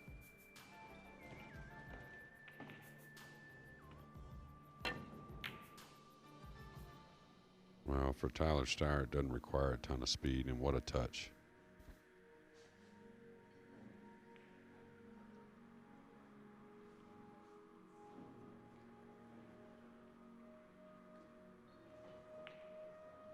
We were talking earlier, Jeremy, about some of these events that might not seem all that glamorous or significant to outsiders, but actually have very strong fields in them. One tournament Dominguez did win earlier this year, the J. Swanson Memorial at the famed Griff's Club. So what can you tell us about that event? It's pretty well established. Yeah, I mean, it gets a variance of top players just depending on the timing. Of course, a lot of guys, you know, that are playing professionally, if there's a bigger event going on, you know, Oscar being from Southern California and Jay Swanson, who I never fortunately got the chance to meet, passed away, but was a great player. Johnny Archer told me a lot about him, was a great guy. So I think that's something that means a lot to Oscar, and of course usually does carry a lot of great players in it. It's one thing about the West Coast, and it's been known for a long time, is, you know, I used to go on the road gambling, to be honest with you. A lot of us do that prior to our professional careers, and we always stayed away from the West Coast because there was always a lot of great players that way, Filipino players living there, of course. And to also be fair, there wasn't that much action. Usually the action was more in the south, but it was always kind of known you go out west, you're not going to get to play for that much, but you're also going to have to play a bunch of killers. So undoubtedly, I'm sure that the Jay Swanson had a lot of great players in it this year. Yeah, and Dominguez won it undefeated as well. Swanee, as they used to call him. Now, a really nice safety from up table has gotten Tyler in another position to take another rack. Let's see if he can complete it and tie the score at 6 apiece.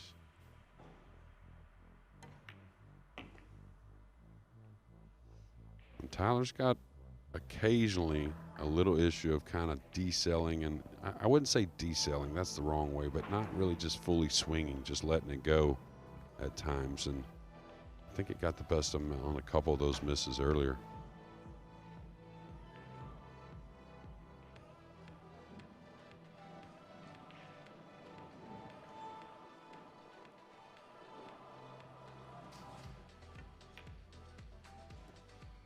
All through the match earlier between Filler and Catchy, we were saying, weren't we, Jeremy, that this just has deciding rack written all over it. It's a very, very different sort of contest, this one, but I think you'd say the same again.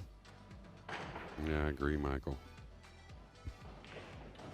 Now, one thing is, both guys have broke the balls well enough to, you know, put some distance between their opponent and them, but just the rare mistake that you don't expect has crept in for both players. Well, that's another thing about it, isn't it? It's already the sort of match that you feel whoever loses is going to come away with a lot of regrets, because they both had their opportunities to really assert themselves. Well, yeah, and the thing, whoever goes on to win it has to leave those mistakes behind, because they're going to be back up shortly in that final 32. To play Joshua Filler. Oh yeah, that's right. Can't afford many mistakes there, if any. I like to ask Josh what happened on that 8-ball earlier when he got on top of the 9 and scratched to put Kachi on the hill. I know he was discussing it with maybe Kazakis right after the match. Well, they were level at 1-all, at 4-all, and at 5-all. It's just been so close all the way in this contest.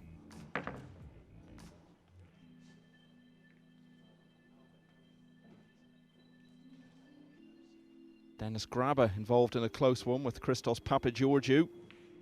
Still 8-7 to the Estonian. And there you see some of those last 32 matches that are getting underway. Mario He just coming into the picture there. 4-0 in front against Roman Hibbler. Sullivan Clark, the youngster from New Zealand, has won the opening rack against Thomas Kaplan. Sanjin Pelovanovic 2-1 in front against Nick Economopoulos.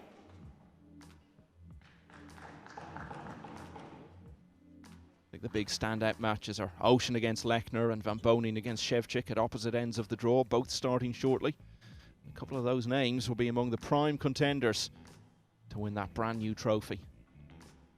Yeah. There is Max Lechner just behind it, actually. Maybe he's looking at it wistfully. Yeah, I think Max, he had,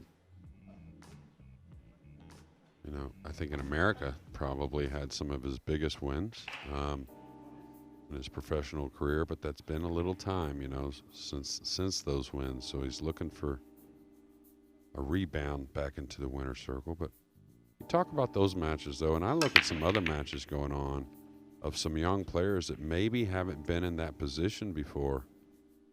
Like Jonas, maybe. One of those two players there, him and Snyder, one of them's going to make the final 16.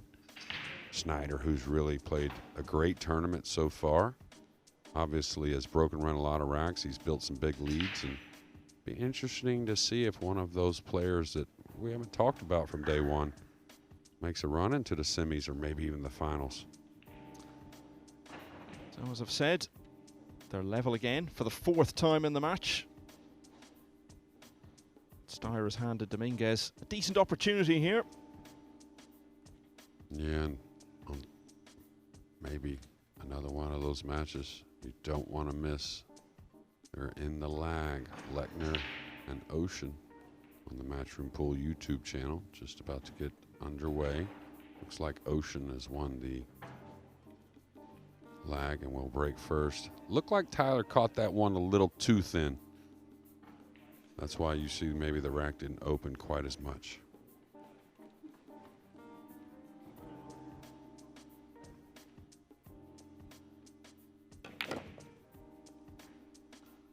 Okay, watch out for the cue ball. Is it going behind the pink 4? It is.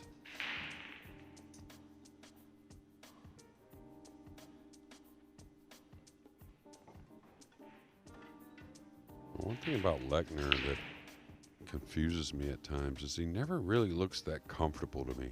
Like he's really enjoying how he's playing or he's enjoying the moment. It's always like a little edgy, no matter the situation or no matter how great he's playing. I just kind of wonder why. Yeah, I agree with you. I think we can have a little bit of a look at that match actually as we watch Dominguez attempt the jump shot there.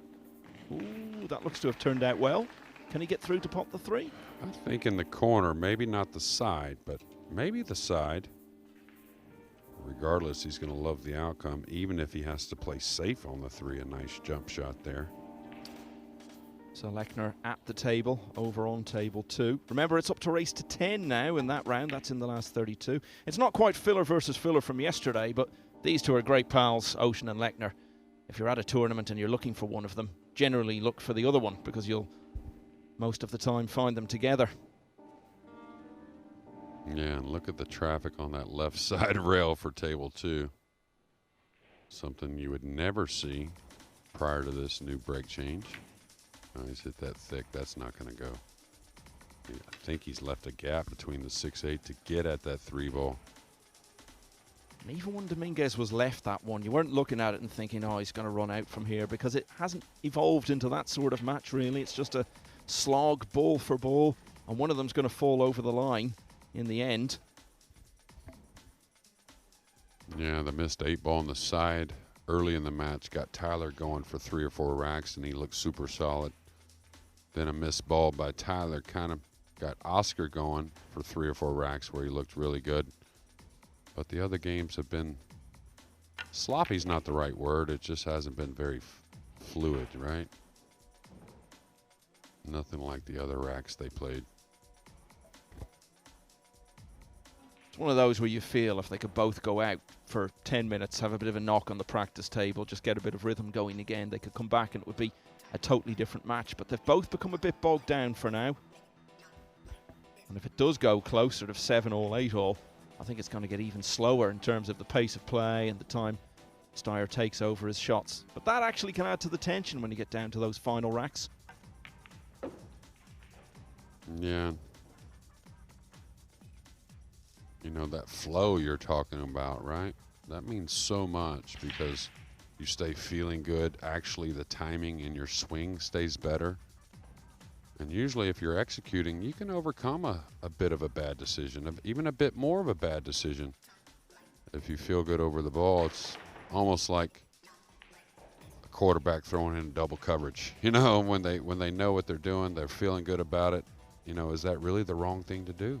Well, I have no idea what you just said, Jeremy, but I'm sure anyone watching in America American understands football, to you the don't full. even understand that part? I've seen a bit, you know, I've seen a bit, but well, let's say the coach would say, don't throw over there, but, you know, a Brett Favre or something would say, hey, coach, I got this. No worries. Okay, I see where you're coming from. There's got to be a soccer, a European football equivalent. It's the one sport that I just didn't ever really think about playing. We got to get you a team over this side of the Atlantic. It's like Billy Horschel has taken on West Ham United, so we need to find you a team. Yeah, Billy Horschel has been very vocal. A lot going on in the golf world. All right, little funny here. If he snatches it a little too much, could catch that side pocket. Don't think going forward is really any option.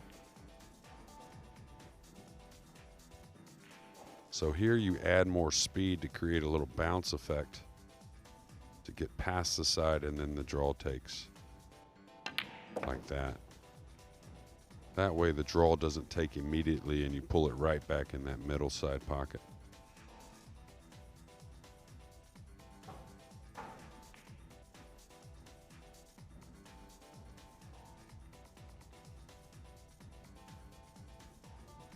Of course, back home I don't really read about the MLS, but I have paid attention to how much that league has grown and how much America's loving it.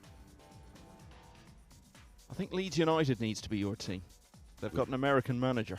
Oh, yeah? Yeah, and they managed to stay up in the Premier League on the last day of last season, when we were at the UK Open, actually. Okay. Okay, so that's your team.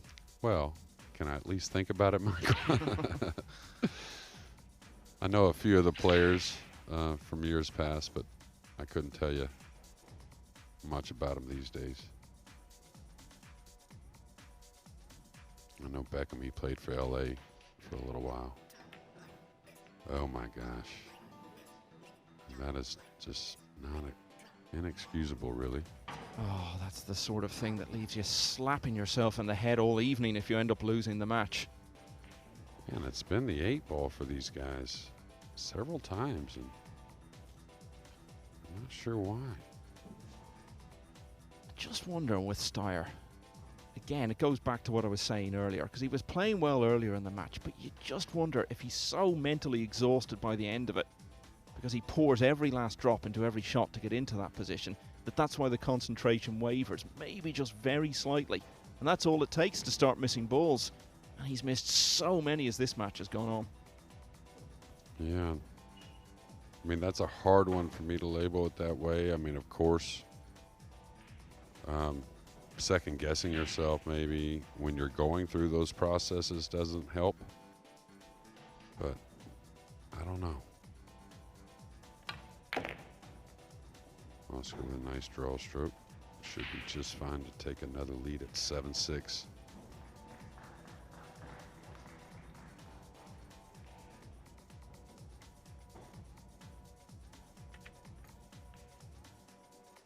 Styer knows he's had the chances to have this match won by now.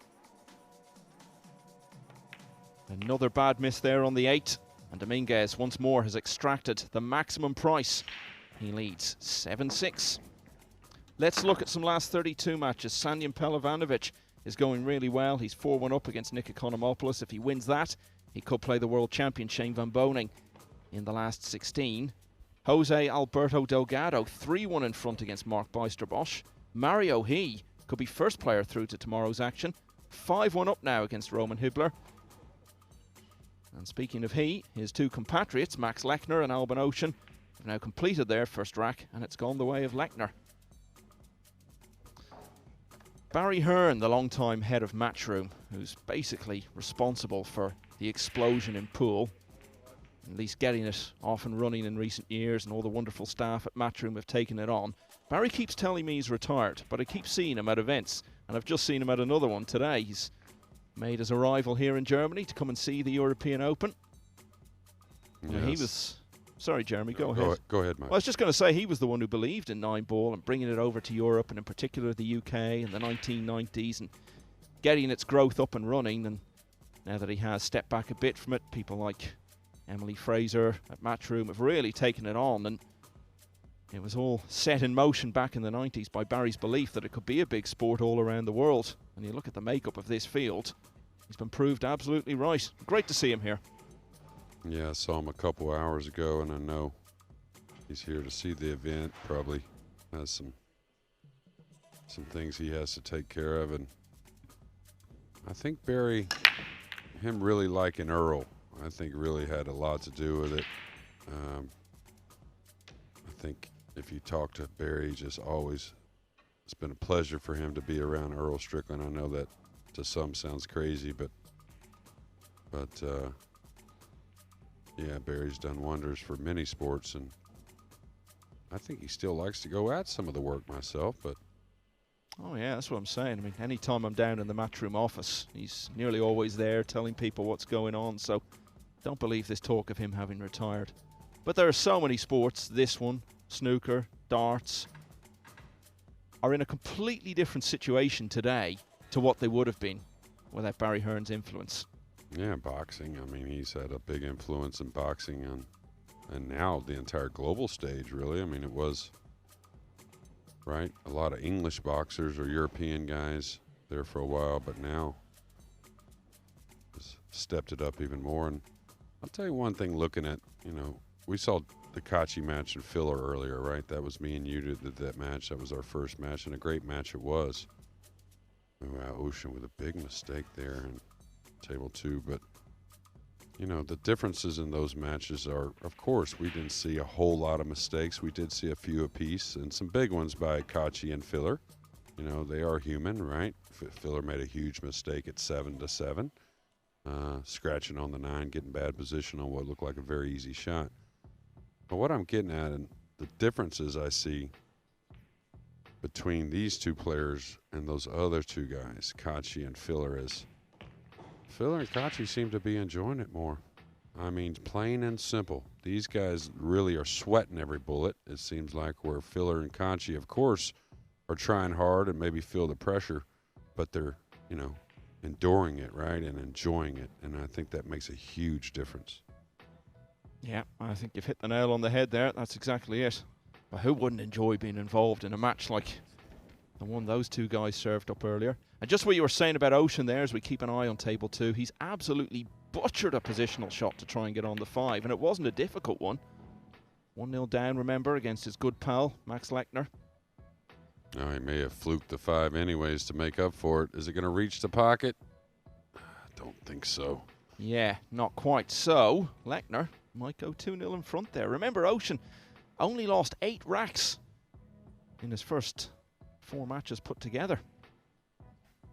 Which is pretty amazing with the new break format, because, I mean, he may have broken run a few racks during each match, 3 or 4 to max probably, but this shows his percentage play. And again, Oscar has been short many times with the cue ball in this match, and that's a sign of nerves, maybe a sign of worrying a little bit as well.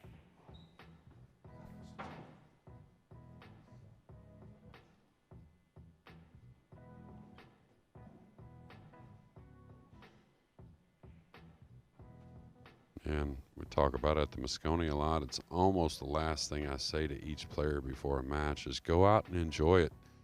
And some would wonder, hey, this is your job, you're a professional, heck with enjoying it. But we can easily forget how lucky we are to do the things we love. And as soon as it doesn't become that, well, it's a lot harder to play. Heavy spin shot here coming up the left side of the table. Might get on top of the 7. It's going to get a friendly bump. And I think just Oscar has struggled with his swing speed for the most part in this match. That's been the real dilemma for him.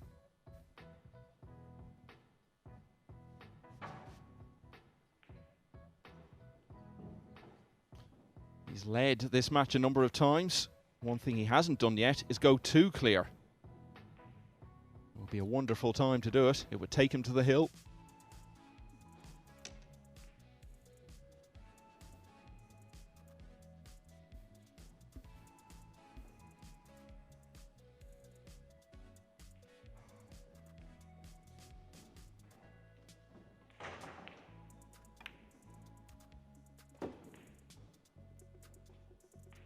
Should remind you, Styer was 4-1 up in this match. And if Dominguez takes this, Styer will only have won 2 out of 9 racks since.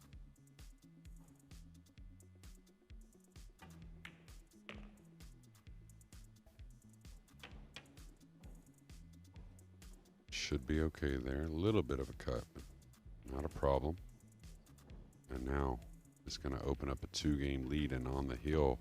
And looks like a lot more than a 2-game lead the way this match has been going. Yeah, absolutely. It would be remarkable if Styer could put everything behind him and win 3 racks in a row now.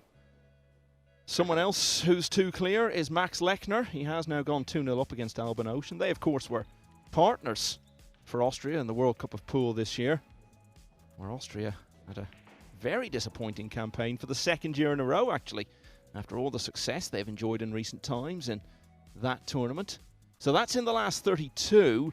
Elsewhere in that round, Mario He, another Austrian, 6-1 in front against Roman Hibbler. Sullivan Clark, the young New Zealander, 2-1 in front against Thomas Kaplan. Jose Alberto Delgado, 3-2 up on Mark Bijsterbosch. 2-all between Mohamed Soufi and Mateusz Sniagotsky. Jonas Suto Camino leads Michael Schneider 2-1. And Sanyin Pelovanovic has a 4-2 lead over Nick Economopoulos. So let's look in on table 2. Max Lechner, another one of those players at the moment, just really, really looking for a big week and a big event. Well, if he was to beat his good pal Albin Ocean here, it would certainly give him the springboard to do that. But remember, race to 10 now, and even at 2-0 in front, the finish line seems a long, long way off.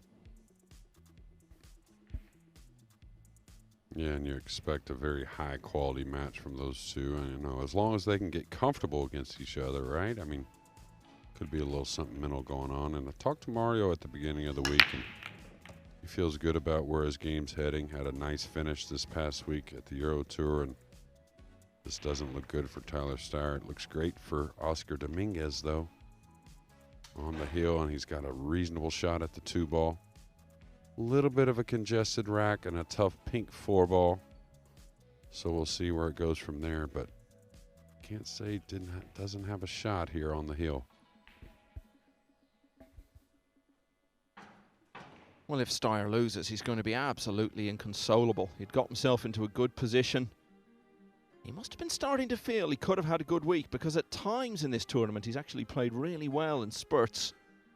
If he ends up going out in the last 64 in a match where he's missed so many balls, just rubbing it in a bit more, the fact that it would be against a fellow American, it's going to be hard to recover from. But that hasn't happened yet. No, absolutely. And, you know, just like the great shots, you have to leave them behind, just like the bad ones. Same thing with those matches. That's what professional sports is about. I mean, I don't know how many times Shaq had to leave behind it, you know, when he shot a free throw that never touched the rim, right? I mean, I do understand that reference now. Yeah, that's okay, the first okay, of your okay. American sports references today that I've actually understood. So we're getting there. All right, short side on the 4, all the way up for the side pocket. This is the one shot I think he got the speed perfect on. It's about been mainly, really the only one the entire match, it seems. And that was a really hard one as well. Absolutely. But it's something, and it's no coincidence when he had to let the stroke out, you know, not be so delicate, that the speed was much better. I don't think it's a coincidence anyways. He's just got to put behind him everything that's gone before, because he's had his disappointing moments in this match as well. Just one last big effort here, and he can be through.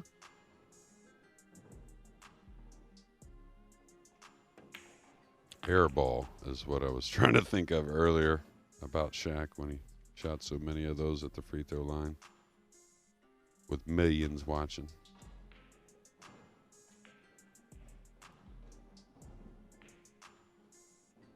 Okay. Kind of straight here on the 5.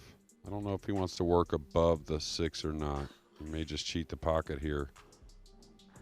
Now to think, no, he's made another mistake here, and I'm not sure why he would want to go into the 7 at all. And I don't think maybe he did. I think he's still struggling with the speed. And not the speed of the table, the speed of his swing. There's two differences there. He's getting down on this quickly, so I don't know if he's going for the bank or... Yeah, it looks like it. Nice shot. Oh, this looks to be over now. And it's going to be a completely different situation for him in the next round, because both players knew this was a big opportunity to get a win against a fellow American on the main table and get through to the next round. Well, he's falling on the rail here, and unless he has the angle to go into the 9 to hold the cue ball, he's going to have to go past the 9 and take a little bit of a thin shot on the 8. So, and again, we know these side pockets, they don't give much. So this has got to be hit pretty clean as well. Oh, that's way light, and it's been the speed the entire time. Well, I should have known, shouldn't I? Writing the last rites of this match, we've seen so many mess-ups, really, and unpredictable things happen. We really should have expected it wasn't going to be as simple as that. And unbelievably, Tyler Styer still has a real chance to win this.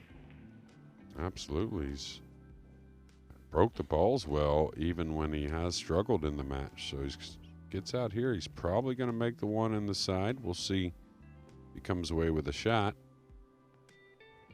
Oscar looked at his tip right there like he miscued, and maybe he did. It didn't appear that way to me.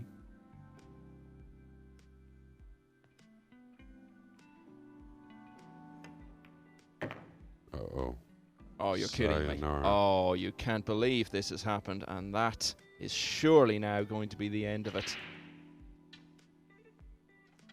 I think we're pretty safe in calling this the end of the match now. And as I was saying, it will be a totally different story in the next round. He'll be playing Joshua Filler. Nobody's going to be expecting anything of him, and maybe in that situation, with a bit less pressure, he might be able to produce better. But what he has done in this match is produce enough. And from 4-1 down, he's won 8 of the next 10 racks. Tyler Styer is frankly going to be absolutely inconsolable after that. Oscar Dominguez, the last man through to the last 32. He's beaten Tyler Styer 9-6 and will now play former World and US Open champion Joshua Filler in the next round.